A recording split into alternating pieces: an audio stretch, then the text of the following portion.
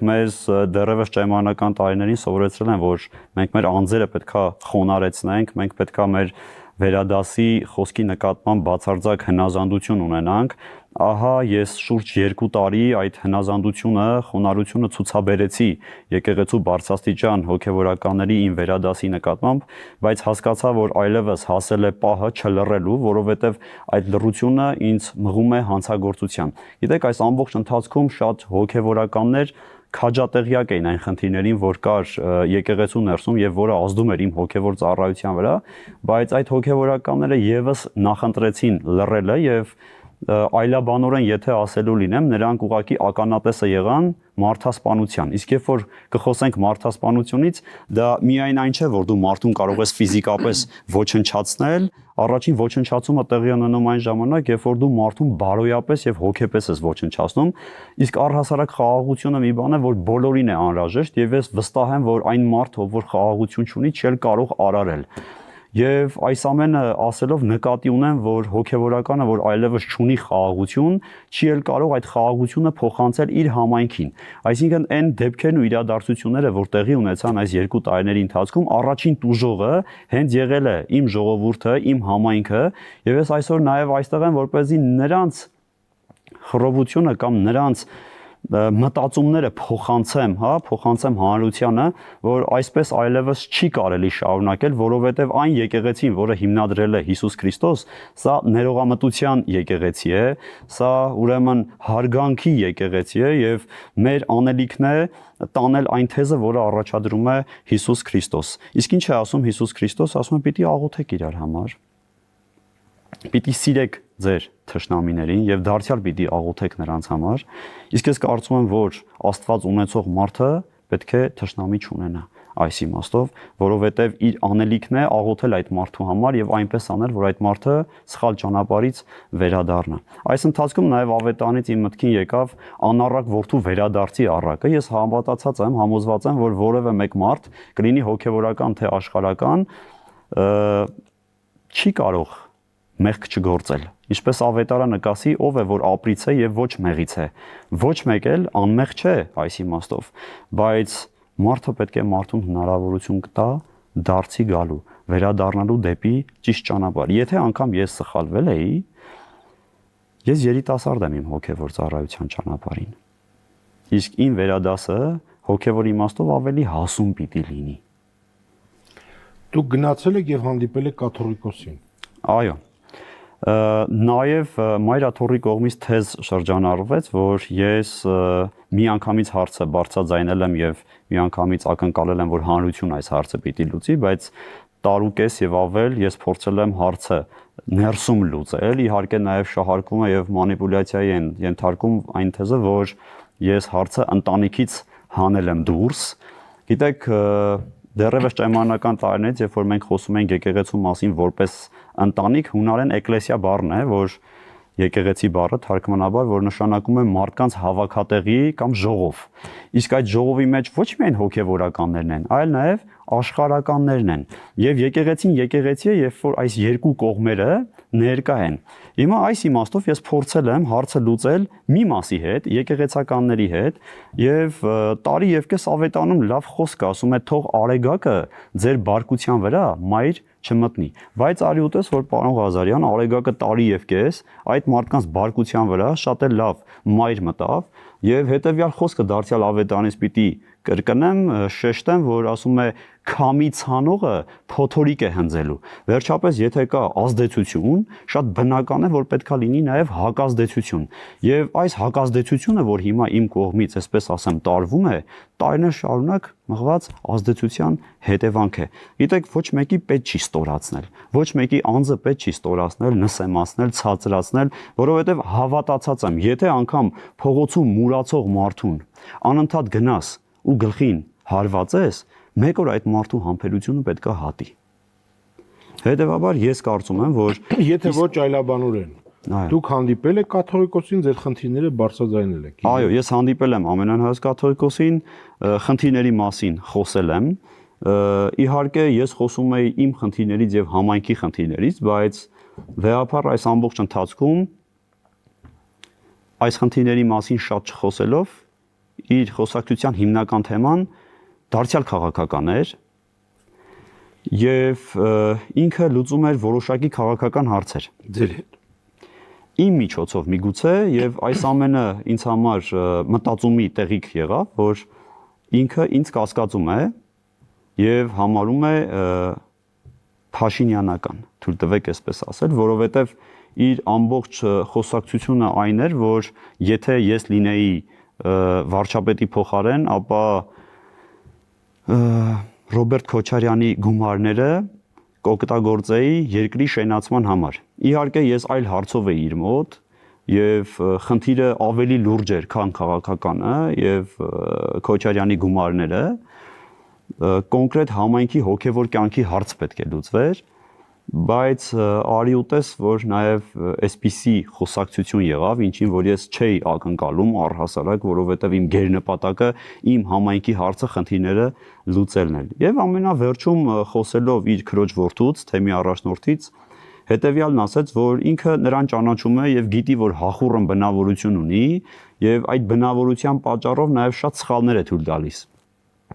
Այսինքն այն կոնֆլիկտը, որ ձևավորվել էր իմ եւ իր քրոջ որդու թեմի առաջնորդի միջեւ, սա իր համար կարծես ցույց տվեց, որ բնական է, այսպես էլ պետքա լիներ։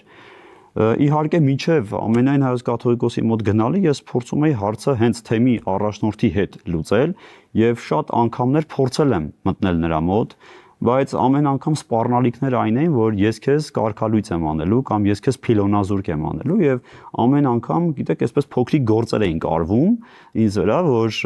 եթե այս ինչ բանը չանես, հաջորդիվ, գիտեք, այս ամեն ինչը նաեւ կա գրված, ստորագրված, ամսաթվով,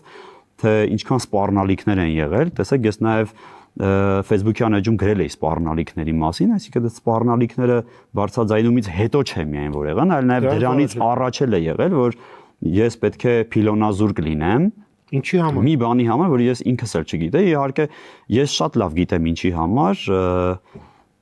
խնդիրը կամ պատճառը այն էր, որ 2021 թվականից սկսած ես տարաձայնություններ եմ ունեցել իրենց հետ, իհարկե ես չեմ ունեցել, իրենք են ունեցել։ 2021 թվականին ես հեռախոսազանգ եմ ստացել վարչապետի տիկնոջից եւ Տիկին Աննա Հակոբյանը ցանկություն էր հայտնել, որ ես գնամ եւ տնօրինեք կազմակերպեմ իրենց տանը եւ նաեւ ասեմ, որ ես թաքուն ոչինչ չարեցի, զանգահարեցի վերադասին եւ ասացի, որ այսպեսի զանգ եմ ստացել։ Եվ ասեցին մի գնա սկզբում, հետո ասեցին սպասի, մենք կասենք։ Հետո զանգարեցին ու ասեցին, որ կարող ես գնալ։ Գնացի։ Իհարկե ես ինքնագլուխ որևէ բան չէի պատրաստվում անել եւ իմ գնալ եւ չգնալը ամբողջությամբ թողել է իմ վերադասի տնօրինմանը։ Որից հետո իհարկե գնացի, վերադարձա իրենց մոտ, նաեւ ասեցի, թե ամբողջ ընթացքը ինչպես է եղել։ Դրանից հետո արդեն իսկ անվստահություն եղավ եւ այս ամենը ավելի զարգացավ 2024 թվականին, երբ որ ինձ համար իսկապես անակնկալ կերպով վարչապետի Տիկին Աննա Հակոբյանը այցելեց 42 կանանց հետ Հովանավանք եւ ինձ խնդրեց, որ վանքի պատմությունը ներկայացնեմ։ Իհարկե գիտեք, եթե այլ կերպ ասելու լինեմ, մենք վանքի պահակն ենք։ Եվ մենք վանքում պետք է ընդունենք բոլորին։ Եկեղեցին բոլորի տունն է։ Եկեղեցին Աստծո տունն է եւ ես հավատացած եմ, որ այս աշխարհի վրա չպիտի լինի մեկը, որ որևէ մեկ այլ մարդու արգելի եկեղեցի մտնել։ Բայց մենք տեսնում ենք, որ այդպեսի քահանաներ կան։ Այո, այս օրերին մենք տեսնում ենք, ես իրենց մասով շատ մեկնաբանություններ չեմ ուզում անել, բայց ես հիշեցի այն խոսքը, որ եկեղեցին մեղավորների տեղն է։ Եվ եթե անգամ մարդը մեղավոր է եւ որոշել է գնալ դեպի իր հայրը, դեպի Աստված, իրեն խանգարողը մոտավորապես պետքա լինի սատանա։ Այդտեղից սկսեցին ձեր տարաձայնությունները։ Դրա արդեն իսկ հաջորդ օրը Հովանավանք ուղարկեցին մեկ ուրիշ հոգևորականի։ Տեսեք Արագածոտնի թեմի առաջնորդարանը մի սուտ լուր էր տարածել, որ թեմի առաջնորդը իմացել է եւ ինքն է հրահանգել, որ ես վարչապետի տիկնոջը ընդունեմ։ Բայց ամբողջ համայնքը տեղյակ է, որ ինքը ինձ անգամ չի էլ ընդունել, երբ որ ես գնում էի բացատրելու, թե այս ամենը ինչպես է եղել, եւ ինձ ասում էր, որ դու իմացել ես, բայց ինձ չես ասել, որ գալու է։ Ես ասում եմ, որ ես չեմ իմացել, ինձ անգամ ասեց, եթե ձեռքը դնես Աստվածաշնչի վրա ու երթվես, ես քեզ չեմ հավատալու։ Իսկ ես իրեն ասեցի, եթե ես այն հոգևորականն եմ, որ ձեռքս պետքա դնեմ Աստվածաշնչի վրա ու երթվեմ ու դուք չհավատաք, խնդրում եմ ինձ հենց հիմա կարգալույծ արեք։ Որովհետև նմանատիպ հոգևորականը իրավունք չունի 1 րոպե անգամ ծառայություն մատուցելու այս եկեղեցու մեջ։ Ընթացքում ինձ ուղարկեցին նաև այլ եկեղեցիներ, ապարանի հովություն, ունենալով 5 հոգևորական ապարանը, եւս ուղարկեցին Լուսագյուղ եւ Հարակից գյուղեր, ես շատ խոնարհությամբ գնացի։ Այնտեղ էլ գնացի իմ ծառայությունը մատուցեցի։ Բայց դուք ասացիք, որ կաթողիկոսը ըմբռնեց, որ Այո, կաթողիկոսն ասաց, որ իմ քրոջ որդուն ճանաչում եմ, իր հախուռն բնավորությունը գիտեմ եւ սխալներ կանի, բայց ես տեսնում եմ, որ դու սխալ չունես, այնտեղ միայն մեկ սխալ ես արել, դու իրավունք չունեիր բթնոցը, որի մեջ որ սրբալույս միրոնն է լցվում, երեխայի, այո, իդեպ այս թեմային կուզենամ, որ անդրադառնանք,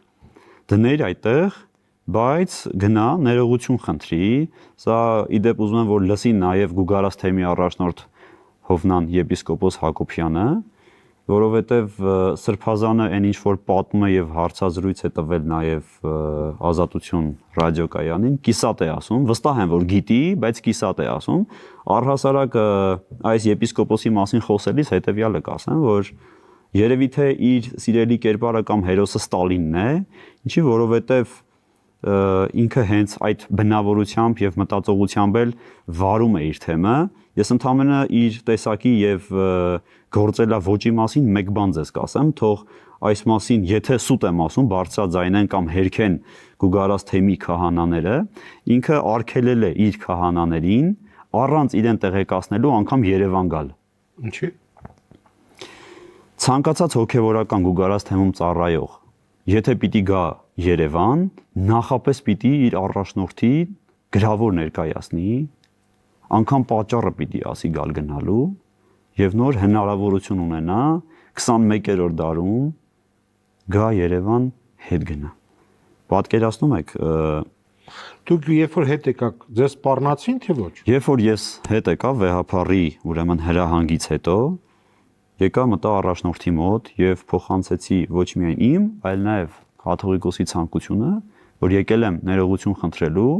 որպեսզի կարողանանք հաշտ եւ համերաշխ մեր ծառայությունը, մեր Սուրբ եկեղեցուն եւ ժողովրդին շարունակել։ Ինձ ասած վերջացրեցի, ասեցի այո, ասես դե գնա, կմտածեմ ինչ պատիժ կսահմանեմ քեզ համար։ Անկեղծ ասած, երբ որ շրջվեցի ու իջնում էի աստիճաններով, երկու բան մտքովս անցավ։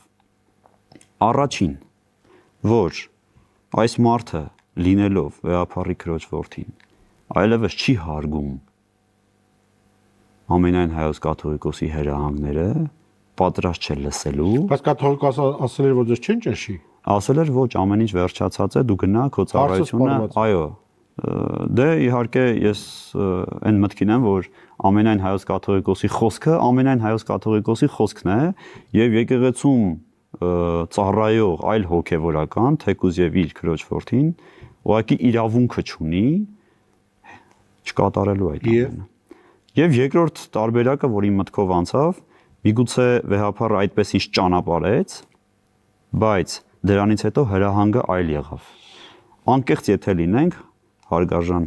պարոն Ղազարյան, ես այն մտքին եմ, որ երկրորդ տարբերակն է, որովհետև իմանալով վեհափառի բնավորությունը, համոզված եմ, որ որևէ մեկ հոգևորական չէր համարձակվի իր հրահանգը չկատարել։ Իհարկե հետագայում իրենց պարզաբանումները ավելի այս հարցը կհստակեցնեն։ 2021 թվականի գրեթե բոլոր ցույցերին ընդդիմության ես մասնակցել եմ, բայց ոչ իմ ցանկությամբ։ Բա Ֆերադասի հրահանգը եղել է, որ մանավանդ որ ես Երևանում եի ապրում, պետքա մասնակցեի բոլոր ցույցերին։ Դա այն դեպքում, որ ինձ վանքում սպասում են շատ մարդիկ, ովքեր որ Աստծո խոսքի կարիքն ու պակասը ունեին։ Ասենք որ ասեք չեմ գնում ցույցի, ինչ պետք է լիներ։ Խնդիրներ կլիներ։